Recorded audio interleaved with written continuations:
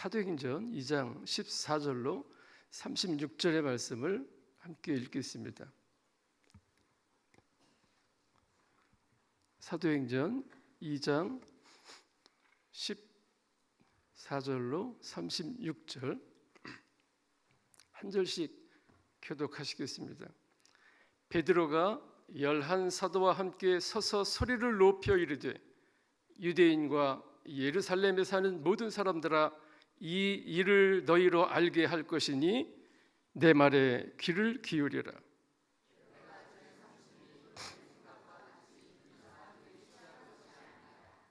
이는 곧 선지자 요엘을 통하여 말씀하신 것이니 일러스되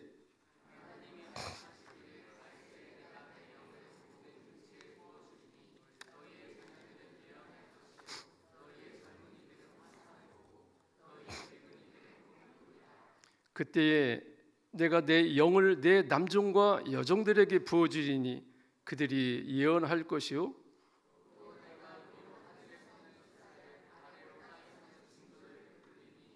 곧 피와 물과 연기로다. 주의 크고 영화로운 날이 이르기 전에 해가 변하여 어두워지고 달이 변하여 피가 되리라. 누구든지 주의 이름을 부르는 자는 구원을 받으리라. 이스라엘 사람들아, 이 말을 들으라. 너희도 아는 바와 같이 하나님께서 나사렛 예수로 큰 권능과 기사와 표적을 너희 가운데서 베푸사 너희 앞에서 그를 증언하셨느니라. 그가 하나님께서 정하신 뜻과 미리 하신 대로 내준 바 되었거늘 너희가 법 없는 자들의 손을 빌려 못 박아 죽였으니 하나님께서 그를 사망의 고통에서 풀어 살리셨으니 이는 그가 사망에 매여 있을 수 없었음이라.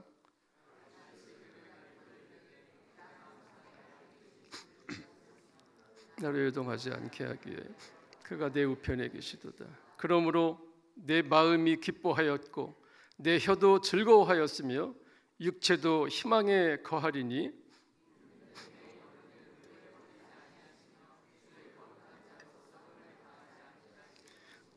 주께서 생명의 길을 내게 보이셨으니 주 앞에서 내게 기쁨이 충만하게 하시리로다 하였으므로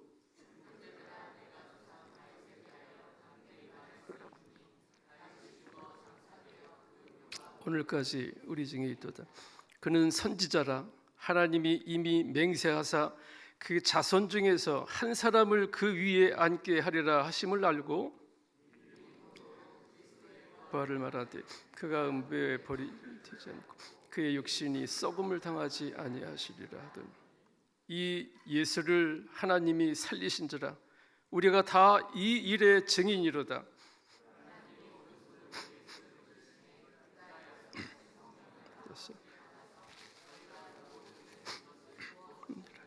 다윗은 하늘에 올라가지 못하였으나 친히 말하여 이르되 주께서 내 주에게 말씀하시기를 내가 내 원수로 네 발등상이 되게 하기까지 너는 내 우편에 앉아 있으라 하셨도다 하였으니 다같이 그런즉 이스라엘 온 집은 확실히 알지니 너희가 십자가에 못 박은 이 예수를 하나님이 주와 그리스도가 되게 하셨느니라 하니라. 아멘.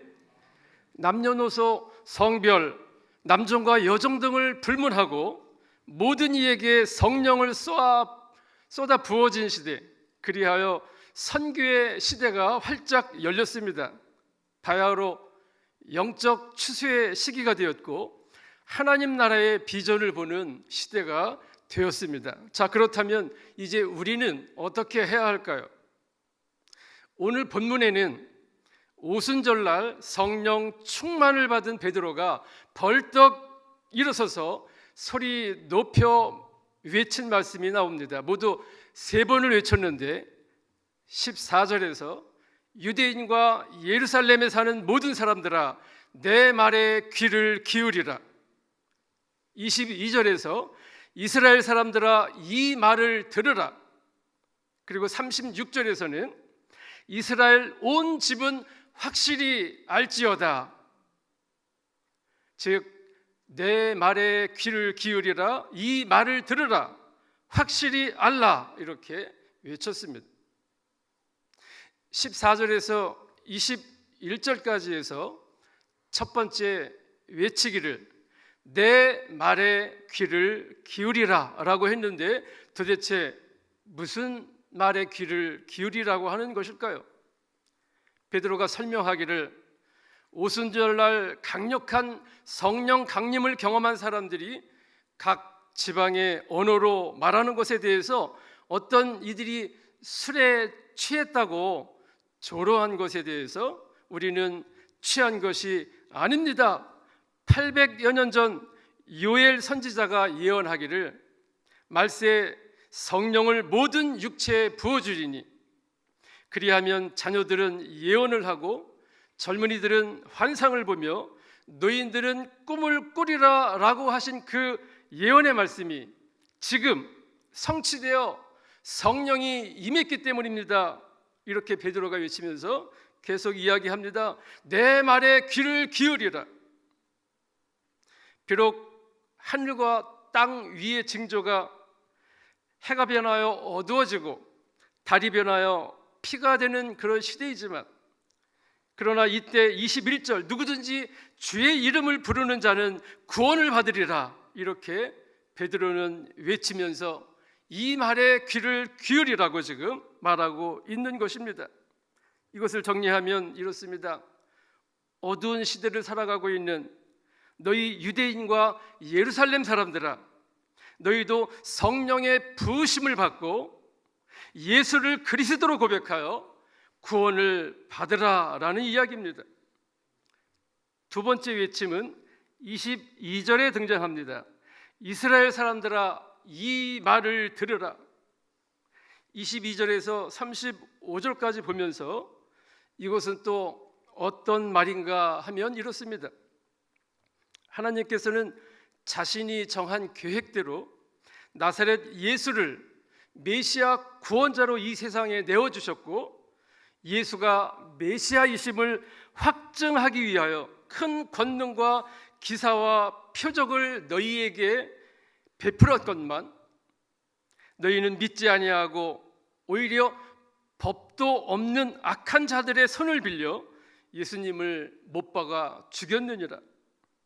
예수님을 십자가에 못 박아 죽인 것은 바로 너희들이다 라고 하는 이 사실의 말을 너희는 들으라 라고 하는 것입니다.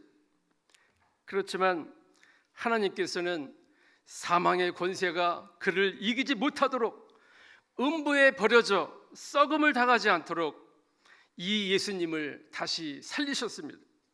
그 부활하신 예수께서 하늘에 오르사 아버지께로부터 성령을 받아 우리에게 부어 주시겠다고 약속하셨는데 지금 그 약속이 성취되고 있는 장면을 너희들이 보고 듣고 있는 것이라고 말을 하고 있습니다.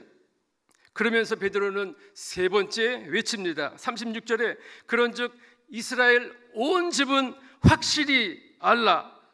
무엇을 확실하게 알라는 말인가요? 바로 너희가 십자가에 못 박은 이 예수를 하나님께서 주와 그리스도가 되게 하셨다는 이 사실을 확실하게 깨달으라고 베드로가 외치고 있는 것입니다. 할렐루야. 너희가 십자가에 못 박은 예수님이 우리의 그리스도가 되시고 주님이 되신다는 이 외침에 대하여 수많은 사람들이 회개하고 돌아왔습니다.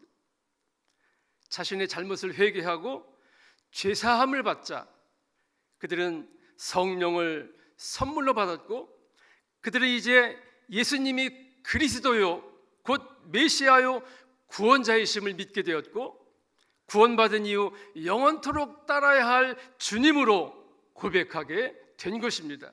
자, 그렇다면 오늘 우리가 읽은 이 본문의 말씀을 통해서 이 베드로의 외침이 오늘을 살아가고 있는 이 새벽을 깨우는 우리들에게는 과연 어떻게 들려져야 할까요? 먼저 이러한 외침이 들려오는 것 같습니다. 나는 과연 예수님만이 나를 구원할 유일한 분으로 모시고 있는가? 그렇다면 그 믿음이 그 믿음은 나의 삶을 능력 있게 살아내도록 하는 힘이 되고 있는가? 여러분은 어떠십니까? 예수님을 믿는 믿음이 여러분들의 삶의 능력으로 나타나고 있습니까? 그 능력을 가능하게 하는 것은 무엇일까요? 그렇습니다. 성령을 받아야 합니다. 쏟아 부으시는 성령의 체험이 없이는 이 능력이 발휘될 수가 없습니다. 예를 들어 베드로를 한번 보십시오. 주는 그리스도시요 살아계신 하나님의 아들이십니다라고 하는 이 아름다운 고백을 통해서 예수님께 복되다라고 칭찬을 받은 사람이었습니다. 그런 이 고백을 한 베드로임에도 불구하고 베드로는 배반자요 도망자인 비겁한 인생을 살았습니다. 그러나 지금 이 순간 베드로는 더 이상 과거의 베드로가 아닙니다. 배반자요 도망자요 겁쟁이 베드로가 아니고 이제 사람들 앞에서 당당하게 그리고 목숨까지도 바칠 수 있는 이러한 용기 있는 예수님의 증인이 되었습니다. 어떻게 이것이 가능해졌을까요? 그렇습니다. 우리가 잘 알다시피 성령의 부으심을 받았기 때문입니다. 성령은 이처럼 진정 우리의 삶을 변화시키는 능력이 되십니다. 이러한 성령의 능력을 잘 알고 있었던 지금으로부터 2800여 년 전의 그 요엘 선지자가 오늘 우리들에게 이렇게 외치고 있습니다. 말세에 하나님께서 모든 육체에 성령을 부어주시겠다라고 약속하셨는데 과연 당신은 성령의 부어주심을 받았는가? 모든 육체에 부어주시겠다라고 약속을 하셨는데 과연 당신은, 과연 너는, 과연 나는, 여러분들은 성령의 부어주심을 쏟아 부어주심을 경험했는가? 사실 성령 받지 못하고 예수 믿는 것이 얼마나 힘들고 어려운지 우리는 잘 압니다. 어떤 사람들은 너무 힘들고 부담되고 고통스러워서 교회를 떠나기도 합니다. 더군다나 하늘과 오늘 말씀해 보면 하늘과 땅 위의 세상 풍조가 나날이 변해가고 바알 신앙과 만모니즘이 판을 치고 있는 이 세상에서 나아가 성경을 기준으로 살고자 할 때에 쏟아지는 조롱과 핍박 가운데서 믿음을 지킨다라고 하는 것이 점점 더 어려워지고 있는 이때에 우리가 용기 있고 당당하게 살아갈 수 있는 방법은 유일한 방법밖에 없습니다. 그것이 무엇입니까? 곧 성령의 부으심을 충만하게 받아 능력을 받는 길밖에 없습니다. 그러나 참으로 다행인 것은 하나님은 구하는 자에게 성령을 주신다 하셨고 회개하고 예수 이름의 세례를 받아 죄사함을 받으면 성령을 선물로 주신다고 약속을 해주셨습니다. 보다 더 뜨거운 이런 쏟아부으시는 성령의 능력을, 그 능력의 성령을 저와 여러분들의 육체에도 부어주실 것을 믿고 오늘 기도할 수 있으면 좋겠습니다. 오늘 이 새벽에도 우리 육체에도 성령을 부어 주옵소서. 자, 그렇다면 그리스도를 통하여 구원받은 우리, 나아가 성령을 힘입어 능력 있게 살아간다라고 할 때 이제 우리에게 더 필요한 것은 무엇일까요? 계속하여 주 되신 예수님을 우리 마음속에 모시고 흔들림 없이 살아가야겠죠. 누구처럼요? 다윗처럼입니다. 오늘 본문 25절에 그런 다윗의 모습을 소개하고 있습니다. 비록 다윗이 실수도 하고 범죄도 저질렀지만 다윗은 주님만 바라보며 그 주님을 모시고 살았던 사람입니다. 25절에 이렇게 이야기하고 있습니다. 다윗이 주님을 가리켜 이르되 내가 항상 내 앞에 계신 주를 배웠으며, 내가 항상 내 앞에 계신 주님을 배웠으며 라고 다윗이 말을 합니다. 즉 다윗은 항상 자기 앞에 계신 주를 뵙는다고 고백을 합니다. 10계명 중에 제1계명에서 하나님은 분명히 말씀하셨죠. 나 외에 다른 신을 내게 두지 말라. 그렇습니다. 다윗은 이 첫 계명을 정말 잘 실천했던 신실한 사람이었습니다. 다윗 앞에 다른 신을 두지 않고, 다윗 그 자신의 앞에 다른 신을 두지 않고 오직 주님만 두고 그 주님을 바라보며 그 주님이 인도하시는 길로 나아갔던 사람입니다. 다윗은 왕으로서 더 넓은 영토, 더 많은 재물, 부족함이 없는 식량, 말 잘 듣는 군사와 백성 등등 그 무엇이라도 자신의 명예와 권세를 앞에 둘 수 있었건만 이런 것을 두지 아니하고 다윗은 항상 내 앞에 주를 두고 그 주님을 배웠다라고 이렇게 고백을 하고 있습니다. 그렇게 살았기에 열왕기상 15장 5절에서 말하기를 햇사람 우리아의 일 이외에는 평생에 여호와 보시기에 정직하게 행하고 자기에게 명령하신 모든 일을 어기지 아니하였다라는 평가를 다윗은 받고 있습니다. 이처럼 항상 자신 앞에 주님만 두고 바라보며 살았던 다윗처럼 우리들도, 저와 여러분들도 우리 앞에 주님 외에 다른 어떤 신들을 두지 않기를 바랍니다. 바알신과 만무림 같은 이런 우상들을 우리 앞에 두고 모르게 알게 경배하지 말고 우리 앞에 오직 주님만 두면서 그 주님의 인도하심 따라 주의 성령을 힘입어 능력 있게 살아갈 수 있기를 바랍니다. 그래서 여호와 하나님이 보시기에 우리와 우리 가정들도, 우리 모두의, 우리도 다윗처럼 정직하고 하나님의 명령을 어기지 아니하였다는 그런 평가를 받을 수 있기를 바랍니다. 항상 자신 앞에 계신 주님을 배웠던 다윗은 오늘 26절에서 이렇게 고백합니다. 내 앞에 항상 주님을 배웠으며 그러기에 내 마음이 기뻐하였고 내 혀도 즐거워하였으며 나의 육체도 희망에 거하였다. 이렇게 다윗은 고백하고 있습니다. 그것처럼 저와 여러분들도 예수님을 그리스도와 주로 모시고 살면서 성령의 능력을 받아 힘있게 살아감으로 기쁨과 감사와 즐거움과 희망이 가득 넘치기를 주님의 이름으로 부탁을 드립니다. 우리 함께 이렇게 기도하면 좋겠습니다.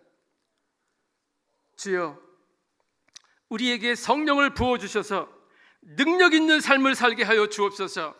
특별히 오늘은 우리 유아부 집중 기도의 시간이 있습니다. 우리 유아부 아이들도 성령의 부으심의 역사가 있기를 소망합니다. 주의 영이 임하면 어린 자녀들도 예언한다고 했습니다. 하나님은 우리 어린 자녀들에게도 성령을 부어주시기를 원하십니다. 비록 어릴지라도 성령 받으면 예수님만이 참된 메시아요 구원자이심을 믿고 고백할 수 있습니다. 어려서부터 이런 성령이 임할 수 있도록 우리 함께 기도합시다. 성령 충만을 힘입어 어려서부터 세상의 돈과 권력과 명예를 저들의 앞에 두지 않고 오직 예수님 한 분만을 앞에 두고 그 주님을 따라 능력 있는 삶을 살 수 있게 우리 어린 자녀들을 주여 성령을 부어주시옵소서. 이렇게 우리 함께 이 시간에 다 같이 기도하겠습니다.